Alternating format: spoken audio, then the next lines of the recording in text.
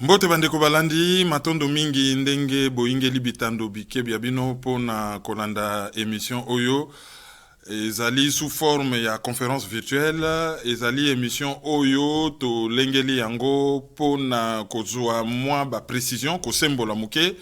Dernière vidéo oyo monsieur Honoré Ngbanda Zamboko Atumba, président national ya Apareko asalaki dernièrement vidéo ana ezalaki en rapport na réseau moko très puissant international ezali ko fonctionner loko la pieuvre loko la mafia oyo et se mettre en place na République démocratique du Congo pour na ko surveiller ba frontière ko piyembo kapé ko sa la prédation ya ba richesse ya mboka. Alors vidéo ana et bendaki ba réaction mingi et ba réaction ana ezali ko benga moi ba précision oyo mokonzi Apareko andimi ko pesa na quelques batu oyo bazali présent awa autour ya conférence virtuelle oyo pona kotuna ye mituna ezali bongo ndeko Libita Libongo oyo ya Radio Bendele pe ndeko na biso Eric 123 oyo bolandaka ba émission na ye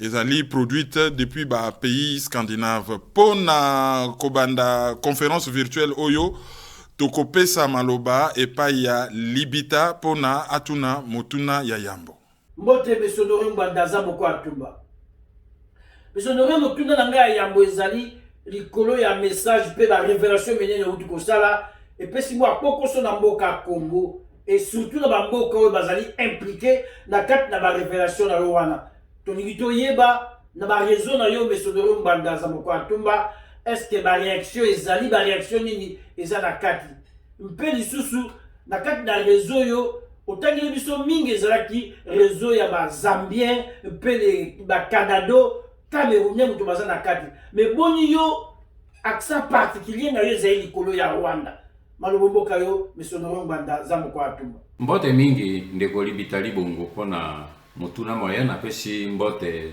na Kerwin pe na Eric 123 pe na bandeko baso ba kolanda biso bipai biso bazwami ya solo ndenge otuni ba réaction ezali ebele tozwi ba réaction na Kinshasa na Kigali na Afrique du Sud mais le combat toze ko mener ezali ba benga un combat d'intelligence pour toze face na ba réseau de renseignement oui, j'ai ça la ya pénétration et peine à biso.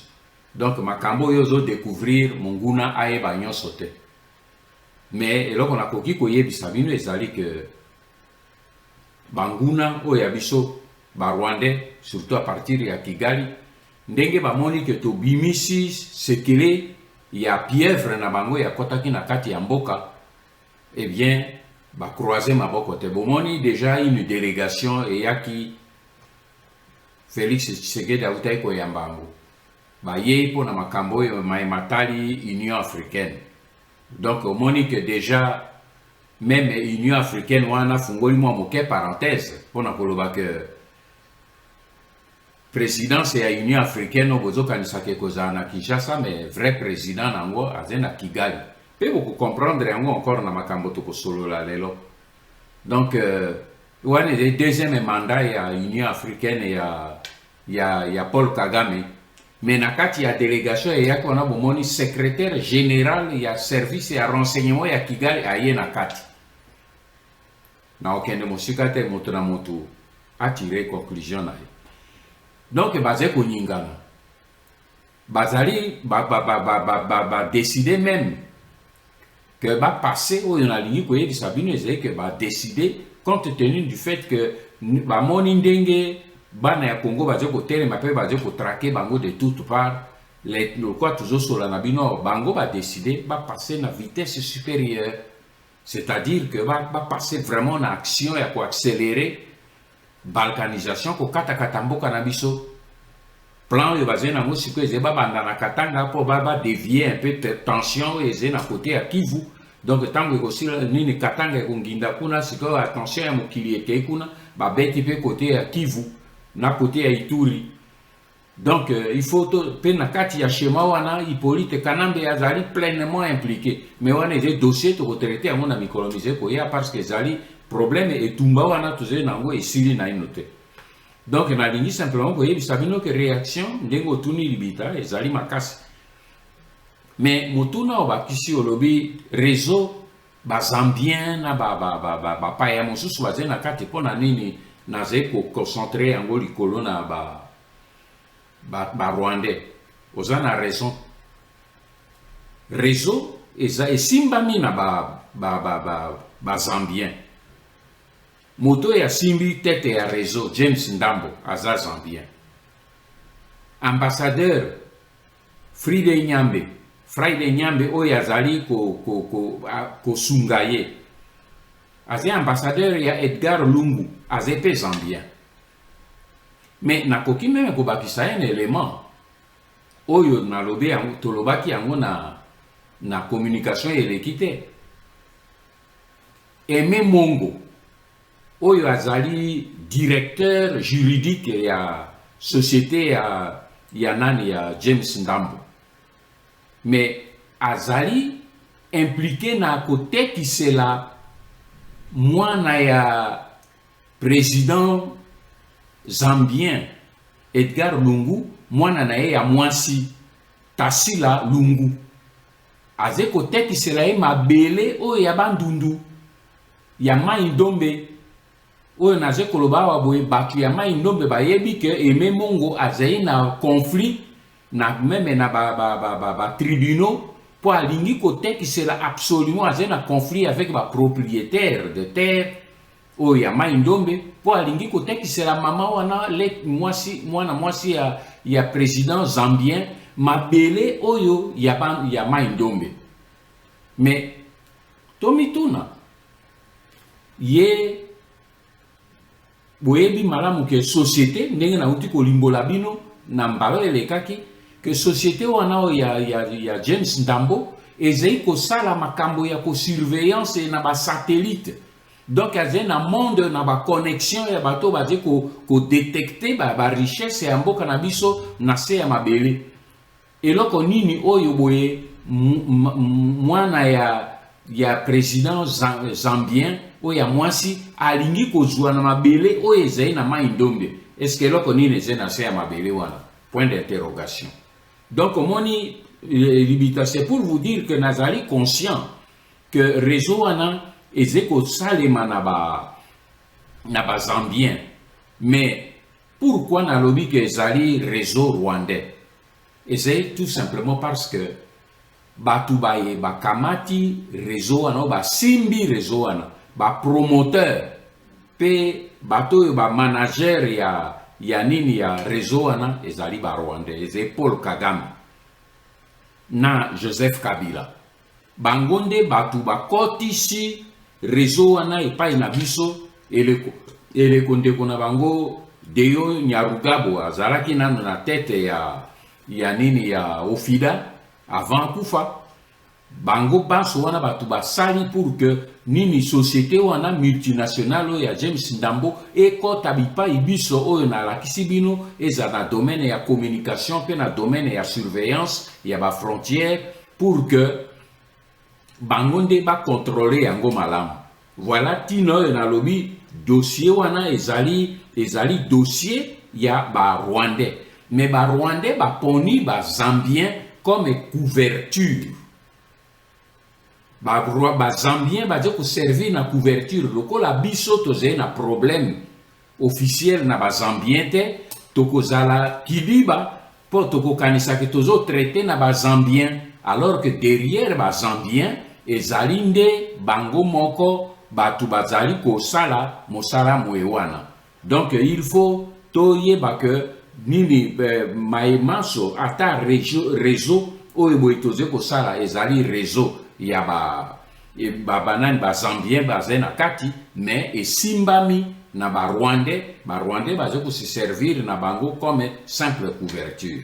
Toko pesa siko maloba epai ya ndeko Eric 123 po atuna pe oyaye motuna. Merci monsieur Kerouin de m'avoir accordé la parole et je vais aller juste au but.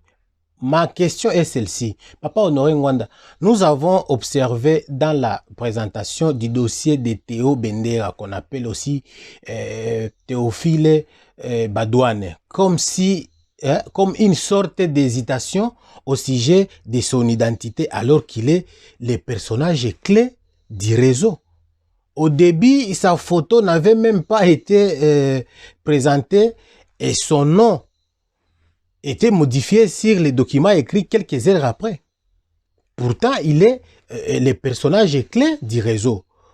Alors, que devons-nous retenir de ce monsieur Papa Honoré Ngwanda? Merci. Eric, bonjour. Merci pour la motuna. Oui, Eric, nous sommes ici devant une enquête de renseignement.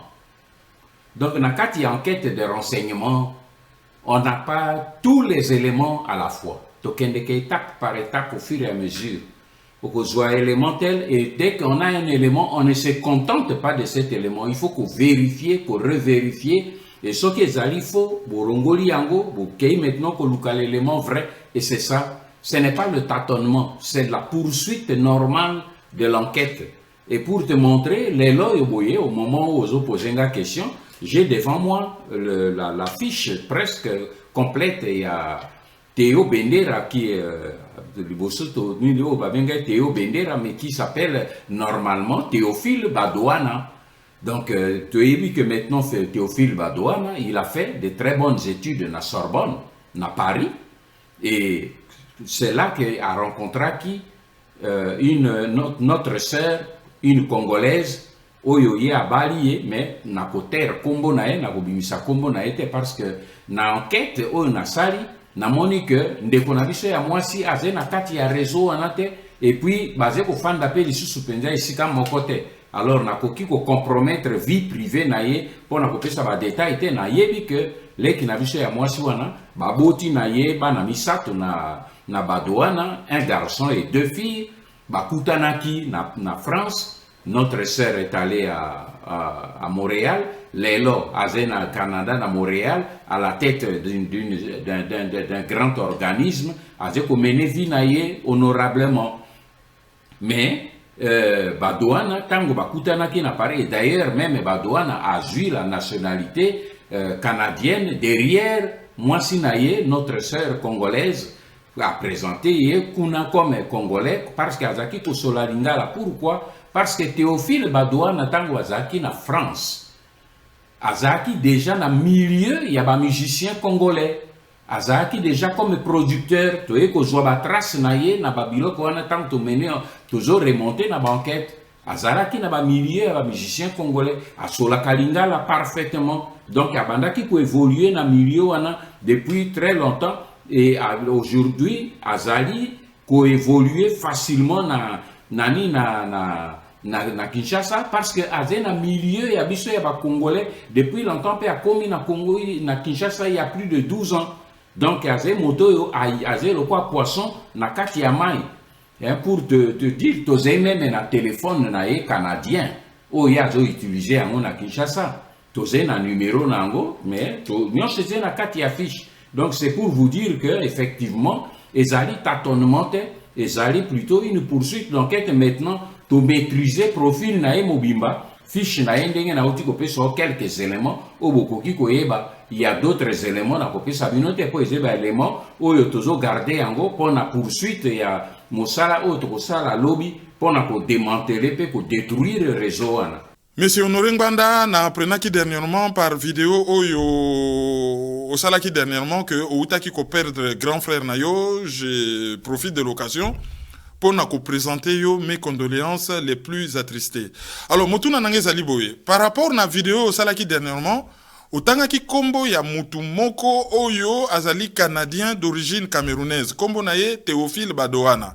Olobaki que Théophile Badouana, bon, ça c'est subsidiaire, hein, Azalaka, Balaka congolaise, et Azali na Congo, mais en tout cas officiellement, il est connu comme étant camerounais.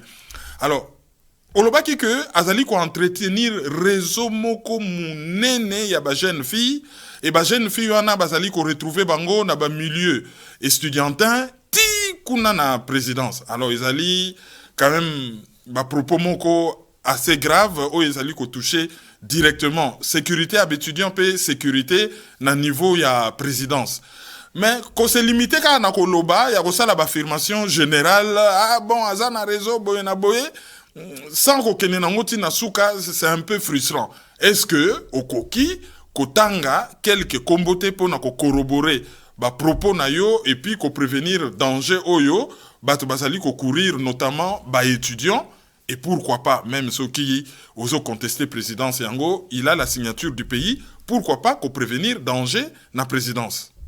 Merci beaucoup Kerwin, merci pour les condoléances et merci pour l'attention. Ozan a raison pour relever l'importance et à citer Bakombo. C'est vrai. Les alliés assez délicats parce que dossier c'est pas pour le spectacle. C'est un dossier, comme tu dis, qui a touché la sécurité de l'État. Sauf que moi, n'a jamais occupé un dossier personnellement parce qu'il a touché réellement la sécurité de l'État. Et il est vrai, ce qui n'a pas en même temps qu'on soit la précaution pour citer le combo, il y a bateau mingité. Et c'est la raison que tu as battre là en même temps. Au moins, il y a quoi, banabasi, o ya zeko nani oyo badouana, azali ko utiliser bango. Maintenant, na zeko sala enquête, na zeko poursuivre na bozindo pour na koyeba.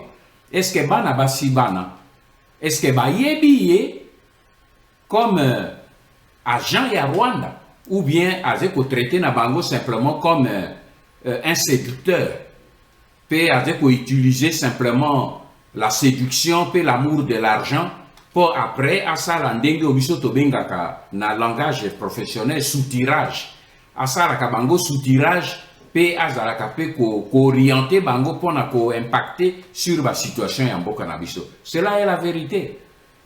Parce que au moni loko aka oyo lobi nini na lobaki ya présidence ndenge lobi. Mais na présidence motu oyo boye l'une des filles clés oyo boye badouana azeko traité na ye ezali leki na biso ya mwasi madame Lydie Omanga. Mais Lydie Omanga, comme oyebi azalaki dernièrement directrice et à communication, il y a présidence de la République. Donc mon domaine, il y a communication, il y a présidence de la République. Mais comme azalaki proche na Kamere, longoli yewana maintenant azali vice-présidente na autorité de régulation de la poste de télécommunications. Donc un poste aussi stratégique. Alors maintenant, le tout est de savoir est-ce que moto la fille y a traité naie. Est-ce que ayebi que moto yo boywana o bango na basé ko kutana. Est-ce que ayebi véritable identité naie pe mosala ya zo sala pona Rwanda. Voilà tout le travail que nous faisons parce qu'il ne faut pas que ceux qui n'attendent comme Batoua qui ne recoupent là, non, ce n'est pas ça. C'est la même chose avec pour les étudiants. Parce que côté étudiant, Motonani Badouana a manipulé de l'autre côté. C'est la présidente nationale des représentants de la représentation des étudiants congolais. Madame ou mademoiselle Priska Manyala. Il y a Zali présidente, il y a représentation des étudiants congolais, la REC, Azaki élu le 24 août 2019. N'a pas fiche où est tout constitué. Mais, et les Konani Badouana, à Tigrap du Colonaye, est-ce que les Kinabissé à moi si n'a moni Azali pratiquement na âge et à Bana Nangai à Souka? Cette pauvre fille, est-ce que Ayebi, qui est Badouana? Je doute fort. Mais yé, Ayebi que, a koki ko soutire ma kambo ebele, boze ko lukani ne penabino, a koki pe ko orienter ye, pour ne penabino na étudiant, comme température zénine, bolingi ko sa, sikane, non, bokende bomote, bo salande, bo et ainsi de suite. Yé, a ko orienter la pauvre fille avec les orientations ko uta Kigali. Voilà danger. Parce que tu es belé ne connaissant pas le danger, il y a un signalé, ce n'est pas que s'attaquer na bana wana automatiquement parce que bazali est belé. Bana basi na bana mibali, bazo sala na ba grands hôtels, hôtel Arome, hôtel Bella Riva. Bazali est belé. C'est un grand danger. Et là, on a dit que le Rwandais, Bakoti, Bipa, il est belé. Donc, Ndengolobi, Kerwin a cité les deux cas là pour comprendre qu'on ne parle pas en l'air. Mais ce n'est pas qu'en même temps, ils allaient que ne peut crucifier ces deux jeunes filles inutilement, automatiquement. Parce qu'en disant comme cela, Bango maintenant, avec qui Moutoué a traité parfois bako comprendre makambo mosusu ya zaki ko senga bango to kolobela bango bako comprendre yango maintenant et soki balinga kamboka na bango bako couper le pont. Topesi maloba lisusu pona Motuna na ndeko Eric 123. Merci une fois de plus. Papa Honoré Ngwanda, avez-vous des indices ou des faits qui montrent que les Rwandais préfère et privilégie Yann Fumwetu à François Béa? Nous avons entendu certaines langues au sein des milliers de services qui s'acquisent mutuellement d'être vos informateurs. Qu'en dites-vous, Papa Honoré Ngwanda, à ce sujet? Merci.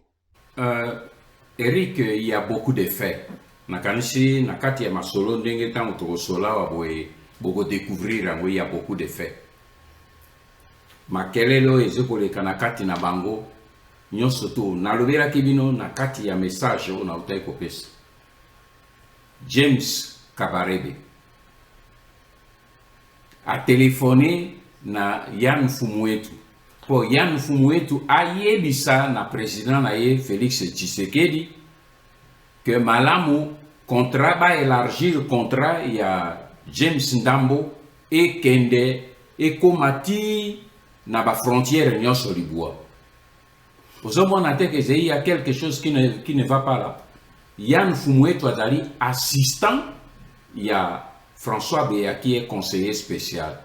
Mais James Kabarebe préfère Kobenga Yann Fumwetu pour aller qui sa message. C'est ça qu'on appelle préférence. Et dernièrement, Yann Fumwetu bazo zoye na société o ya nini na réseau ya ba Rwandais pour na kosalaka ba voyage. Dernier voyage o ebimisa ki même un problème akendeki na Afrique du Sud. Ayambama ki na nani na ba konzi kuna na Afrique du Sud. Alongwe na Afrique du Sud, akei na Rwanda na Kigali. Azongaki na Kinshasa par Rwandais. Et yango nyingisaki bango. Donc, bamoni, effectivement, na niveau ya service, na kanisi na kozonge lango encore tout à l'heure, bazali, effectivement, na ba problème, oyo bazé komono que, nini, Yann Fumwetu prend de l'ampleur auprès des Rwandais par rapport na bango. Il y a des indices, et c'est ça, à mon avis, selon nini, enquête ya waboye, de loko ezeko tungisa bango, munene zali yango wana. Alors, ndenge loko lobi nini na kati ya bango agent basé ko s'accusaka na kati na bango que oya lobi yo motoze ko informer Honoré Ngwanda nini leki na ngai Eric. Quand on est dans un pays normal, la question ne devrait pas être qui a informé Honoré Ngwanda. La question devait être qui trahit le pays avec le Rwanda. Nanyo avec coopérer na Rwanda contre les intérêts du Congo. Voilà la vraie question. Mais non, les messieurs, comme leur préoccupation est ailleurs, eh bien, pour Nabango, le grand problème, ce n'est pas qui trahit, parce que pour Nabango, Rwanda a chef Nabango, Kigali, Kagame a chef Nabango, Kabarebe a chef Nabango, problème ne se pose pas. Donc le problème est qui informe Mbanda. Et pour ça, eh bien, je dis, ils vont courir pour informer. Ils vont courir et puis nazo kepe na bango nini tel atindi peut-être moi mbongo et pas Honoré Ngwanda tel François Béa peut-être atindi mbongo Béa azo soupçonné Yann Fumouatou azo ko soupçonné Inzoum comme que c'est soupçonné, ils vont courir. Ils ne me connaissent pas, tous ces gens. Batu na ba chef na bango likolo. Batu na nani Hippolyte Kanambe. Il a envoyé des gens avec des chèques de 6 millions de dollars, des chèques en blanc, Bibanda, on a recruter, il n'a pas réussi. Donc ce n'est pas eux, Nakati na bango, qui réussiront à me recruter. N'a-t-ce que information, kakanasi ya makolo na bango, mais bakoye ba commenter. Ils peuvent courir. Ndeko libita libongo pe azali na mutuna mususu libita malobombo kayo.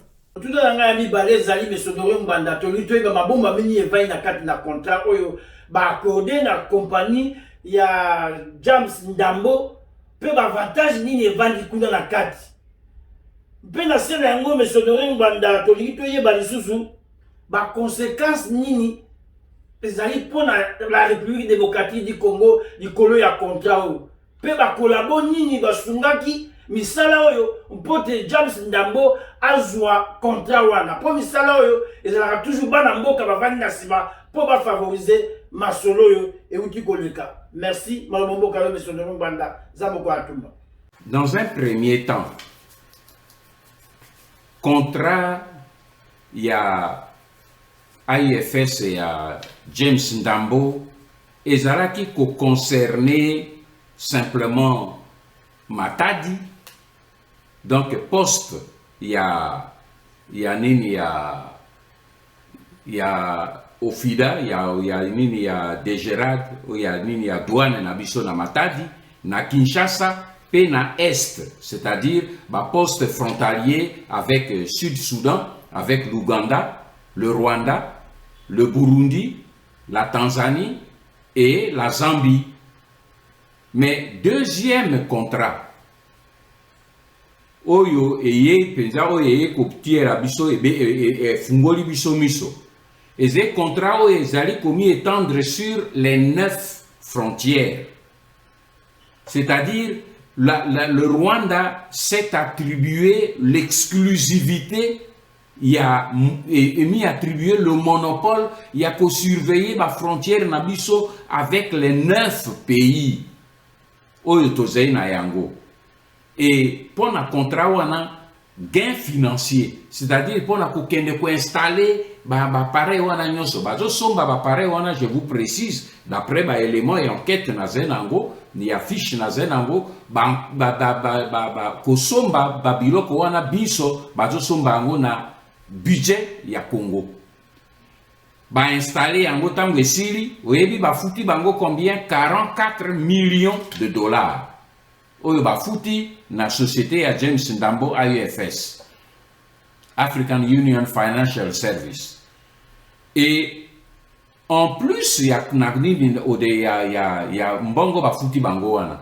Tenez-vous bien que na clause ya contrat wana na ba élément tozui, eh bien toutes les recettes de l'OFIDA oyo kozala issu na contrôle oyo ya 9 frontières avec pareil, il y a société à James Ndambo, eh bien, toutes les recettes de l'OFIDA, 2%.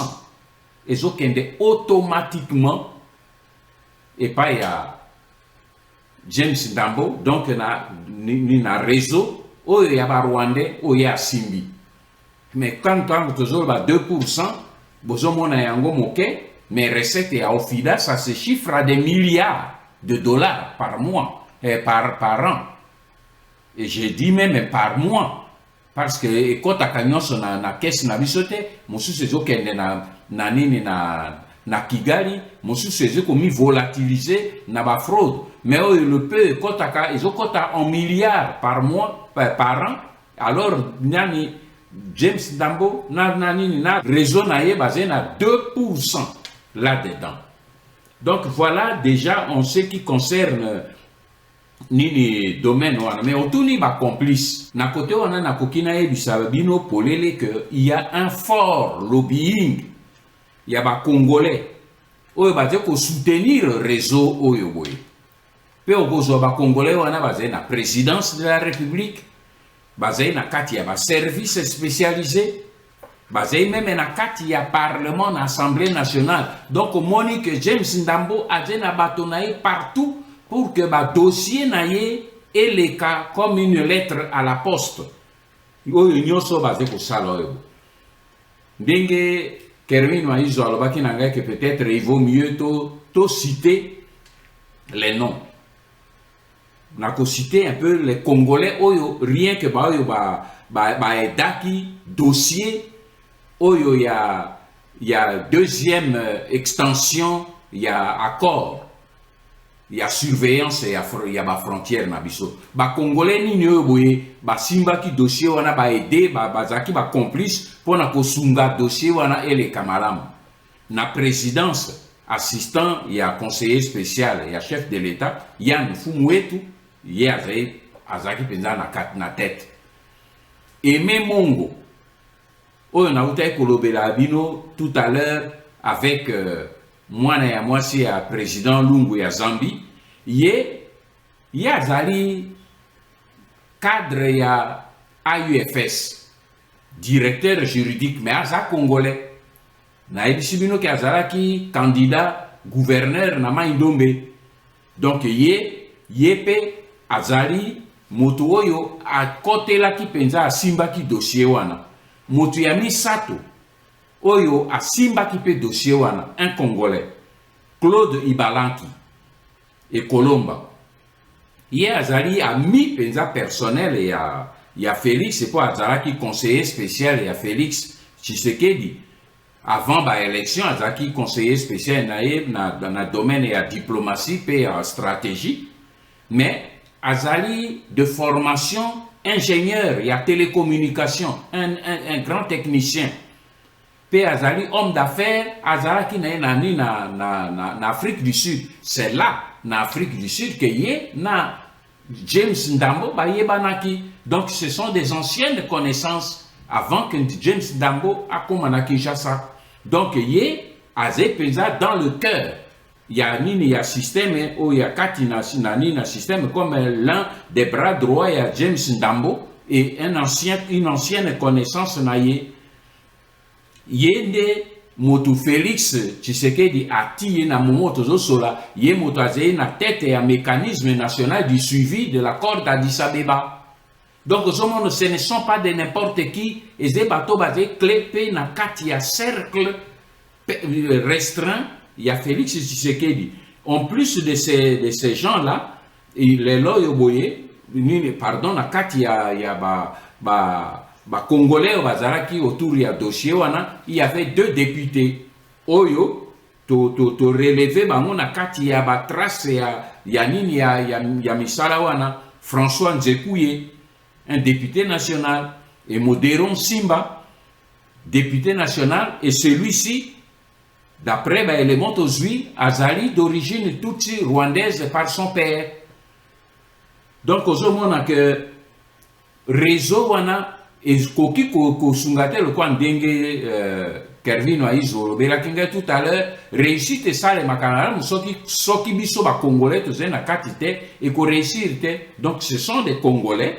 oyo bazali complice ya nini ya dossier oyo wana ndenge otuni libita ce sont ces congolais là mais les libita na question na yo sur complicité ya ba congolais et je vous permettre na zongela en même temps préoccupation il y a Eric 123 tout à l'heure en ce qui concerne remue-ménage o ezali na kati ya ba différents chefs de service na mboka pour na ko tracer bino pe na peuple congolais na élite politique congolaise importance il y a ba fait pe ba conséquences tokoki ko tirer pour botala comment la sphère il y a ba service ezali complètement phagocyté ezali nakoki kobanda na deux constats ya minene mibale. Constat ya liboso oyo na mi rendre compte nango ezali nini.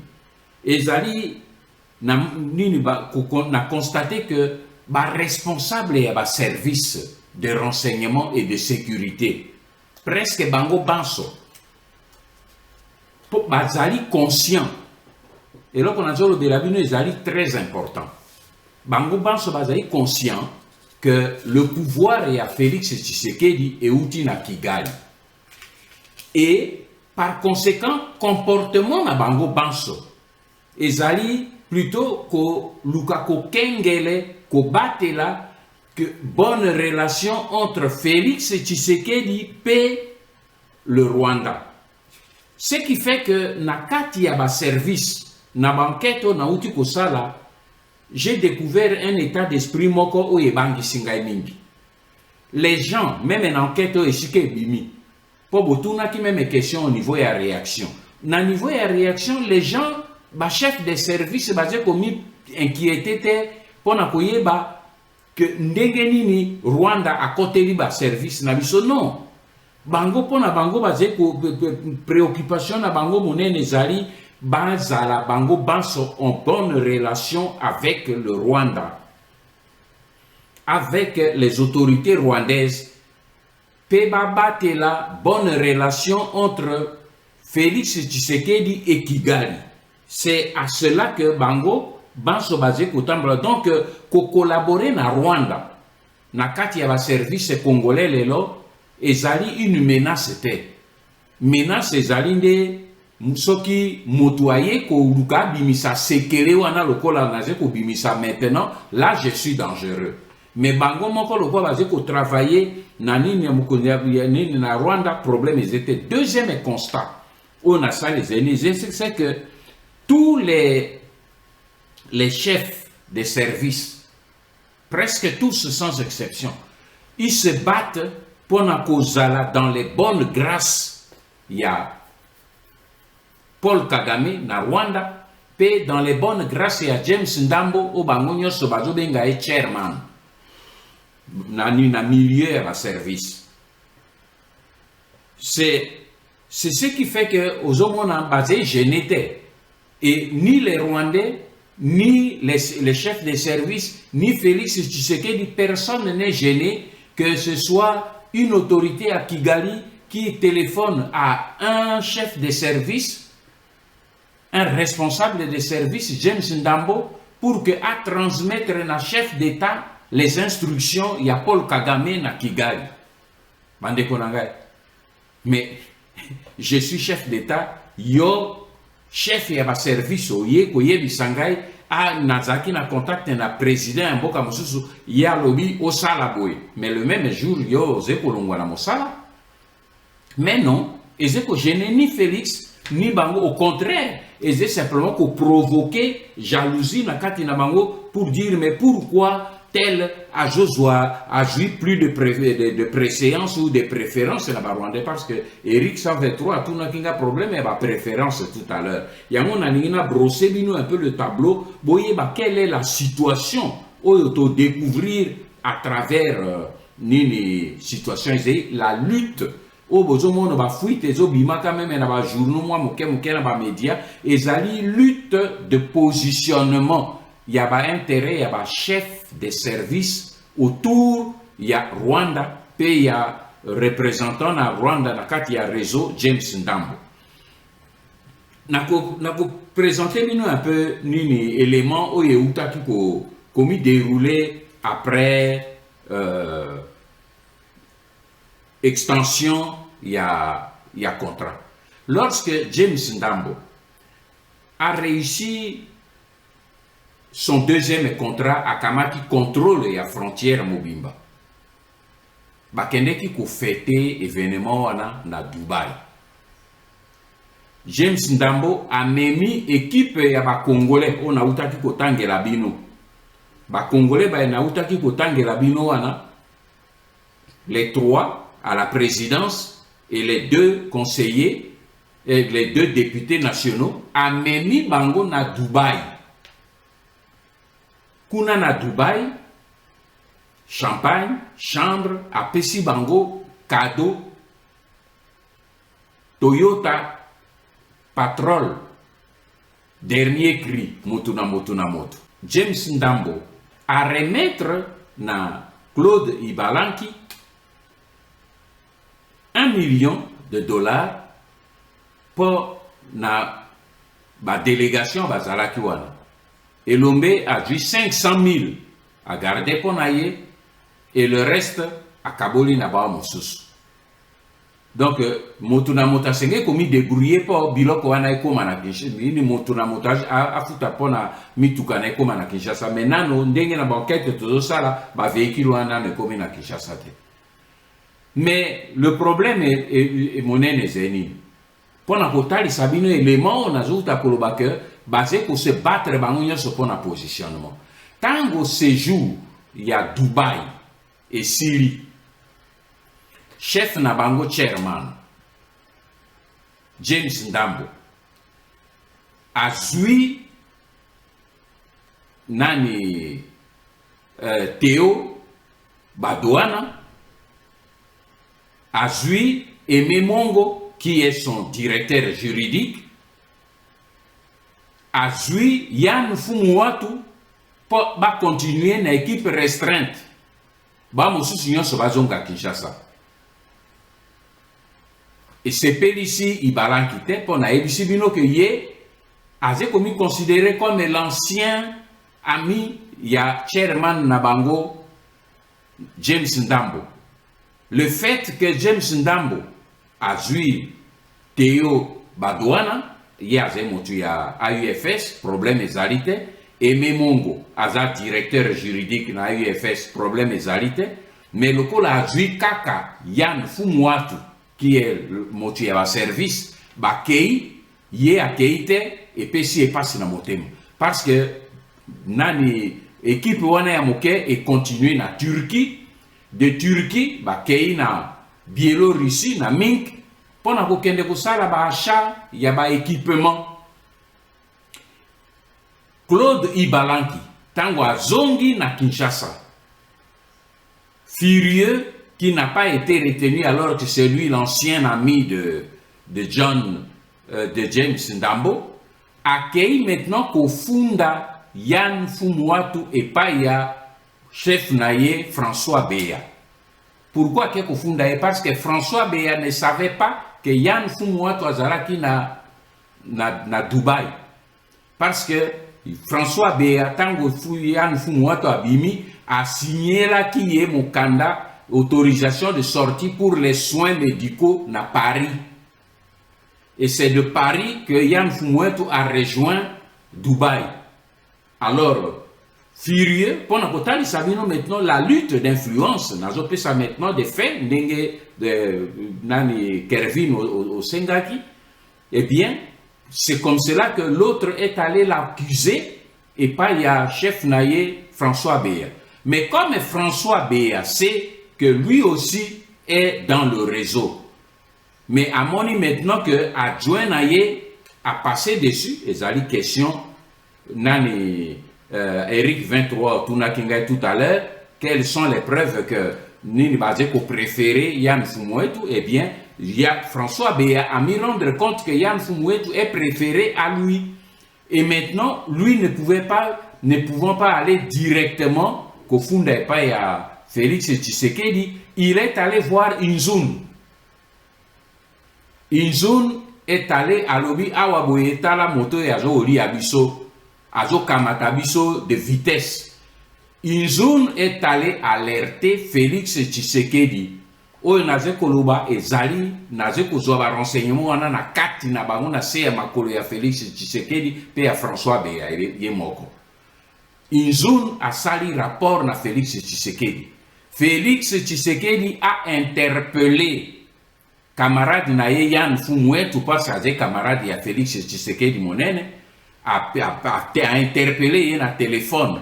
Oyo naze koloba Félix Tshisekedi peut ye moko avec témoin a yebi et loko naze koloba a interpellé ki Yann Fumuatu a tuniye ozali wapi ok kosala nini na Biélorussie avec James Ndambo pona kosombaka ba biloko ya ba équipement na mandoki alors que yo ozai motu ya nini ya ba service te. Félix Tshisekedi se rappellera de ceci, de ce que j'ai dit. Parce que motu o ya pesi ezai ba fait otoze nango vérifier et recouper.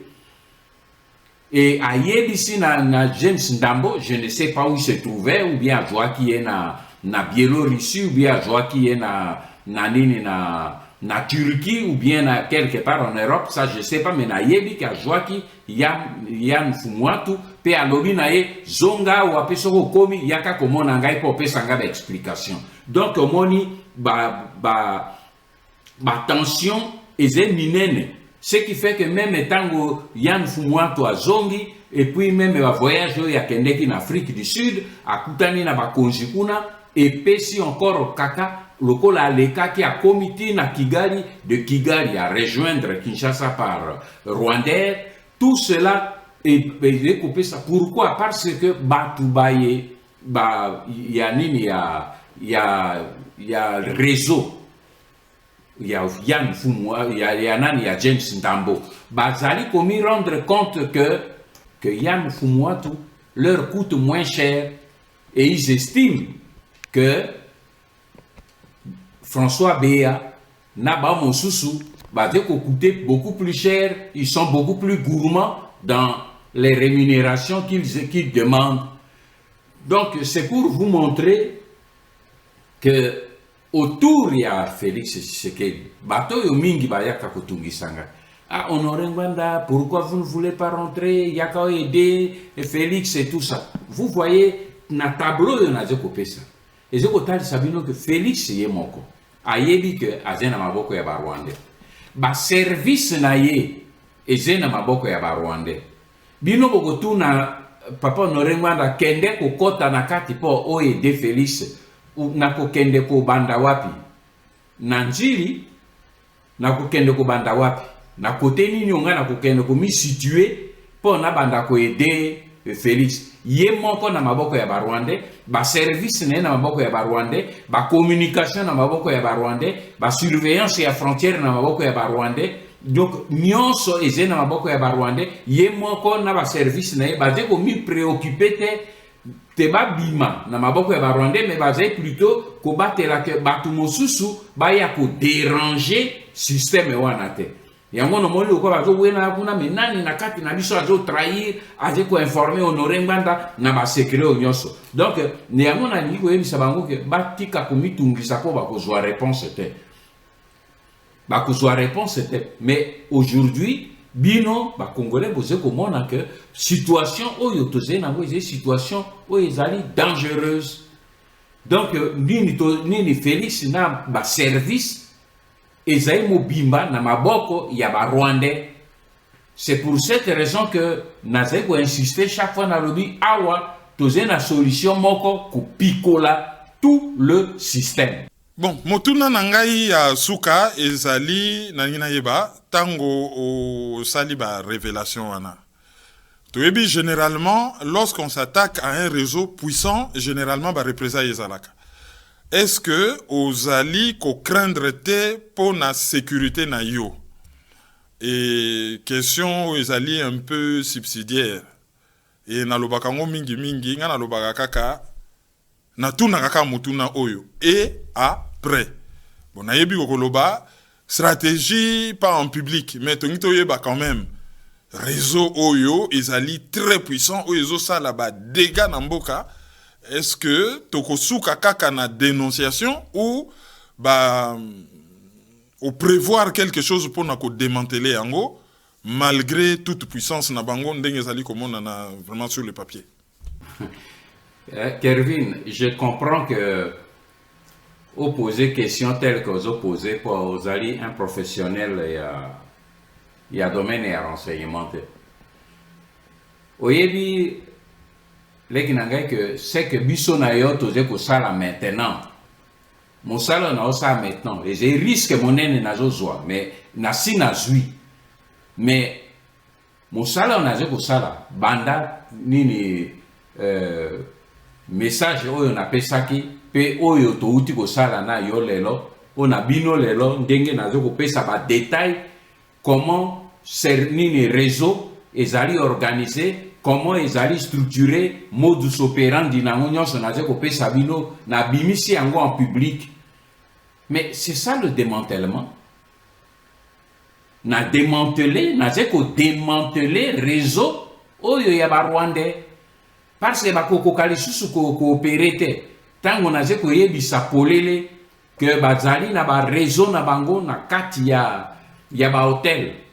Lelo na tangi meme tokei to tangi meme ba kombo ya bana basi oyo baze ko utiliser ya ba conseiller ya ba collaborateur ya Félix o baze na kati ya présidence ya ba baze na kati ya parlement. Mais vous croyez que ce réseau va fonctionner demain et vous fonctionnez les sous-souterrains? Bazali en colère na Kigali. C'est ce que j'apprends. Na yebi que bazali en colère. Basi ba décida liwa na ngai kuna plusieurs fois. Mais Martin Luther King aloba une chose. Soki yo motu na kati ya mokili oyo. Ozei na cause moko pour laquelle ozei ko bunda pe ozei prêt que okufa pona yango te, alors yo tina na ko za mokili ezate. Tozei na mokili motu na destin na ye Kerwin. C'est mon destin. Et là qu'on a dit que ça, c'est parce que Dieu a investi en moi. Le peuple congolais a investi en moi. Formation n'a joué, expérience n'a joué et pays coloté. Je ne suis pas sorti de la cuisse de Jupiter. Le peuple a investi pour que nous jouions formation où on a joué. Et devant le danger, j'ai le devoir. Parce que bino ozakako minimiser mingi quand il y a un fait important, le quoi toujours ça là aux que non, c'est simple dénonciation, non. C'est le démantèlement du réseau. Binonde vous avez comprendre que en 1996 tango banguna bami bombanaki derrière Afdel na prévenaki bino. Mais on ne m'a pas écouté. En 1998, quand il y a eu les fausses rébellions, j'ai prévenu le peuple congolais, mais on ne m'a pas écouté. En 2001, tango bakotiseli biso cheval de Troie, Hippolyte Kanambe, na yebisaki, on ne m'a pas écouté. En 2004, quand on a convoqué le faux dialogue intercongolais, Nani na San City, j'ai fait la même chose. En 2017, lorsque Babandaki négociation secrète avec la famille Tshisekedi, j'ai crié, on m'a injurié. Mais après, Félix Yewan a commis le résultat, mais en 2019,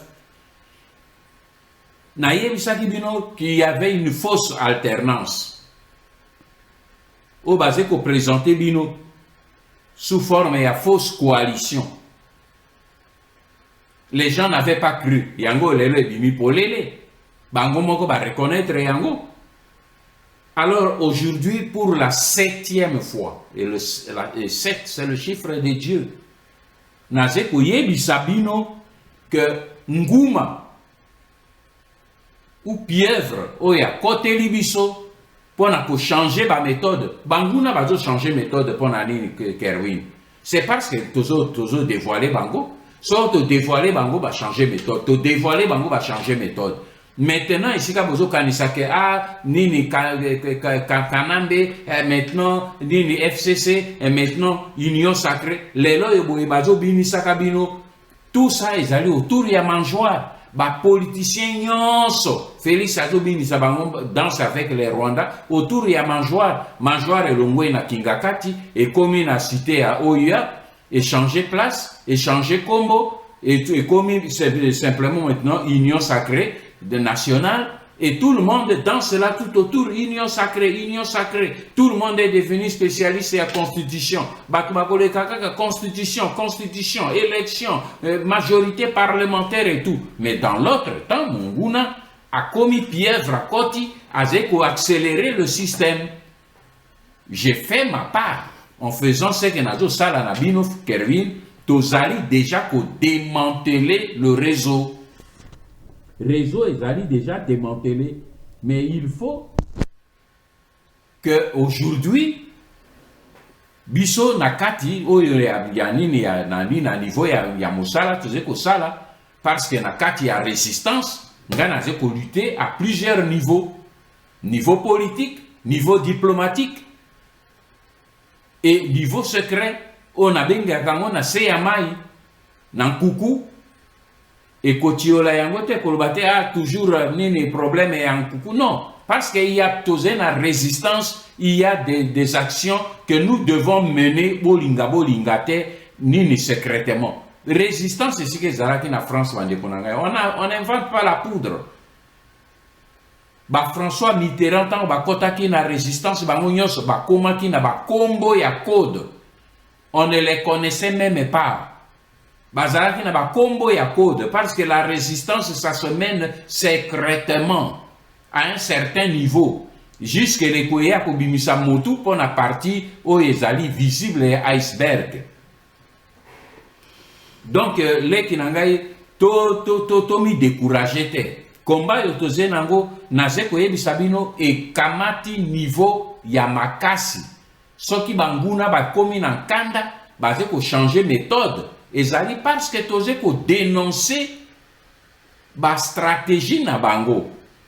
Ko dénoncer stratégie ya munguna eze ko obligé à revoir la copie. Na yebisi nino ne bandelia wa que ba réaction e salemi na Kigali na koki kopesa bino nyonso te parce que naze na obligation ya ko protéger ba source na ngai. Parce que l'information monsieur disait que dès que opesi ba yebi que il faut eutiao parce que niveau ya accès d'information ne zali moke. Cercle yango ezali trop restreint. Donc ngai na ko lâcher. Ba Congolais toye ba que le danger est là parce que bango ba telemi. Ba lingi ba passer na vitesse supérieure na yebisi bino. Eza niveau ya Katanga, niveau ya Kivu pe ya Ituri. C'est à nous maintenant de réveiller tous les Congolais. Bami détourner, kokanisate que recette ezemi satomi ne mitano. Bami détourner na ba Congolais bazo bimi sabango dans ces union sacrée. Pomboka ezali na likama kuna na est. Et cela na bino na ngai tozali capable na kosala yango. Que Dieu vous bénisse. Ingeta. Matono na bino nyonso ndenge bolandi moi ba précision oyo ça s'avérait nécessaire hein, puisque après vidéo oyo tolandaki etikaki bato un peu sur leur soif makambo ebele lobama ki mais et kendaki tina sukate. Je pense qu'avec ba détail oyo bouti ko soit tout à l'heure et éclairer lanterne ya mutu nyonso par rapport na ndenge système ezali ko opérer na mboka na biso. Merci Nabino Nyonso ndenge bolandi biso et merci na Pareko Oyo a fourni ça qui ba moyen logistique pour na rendre émission possible. Au revoir.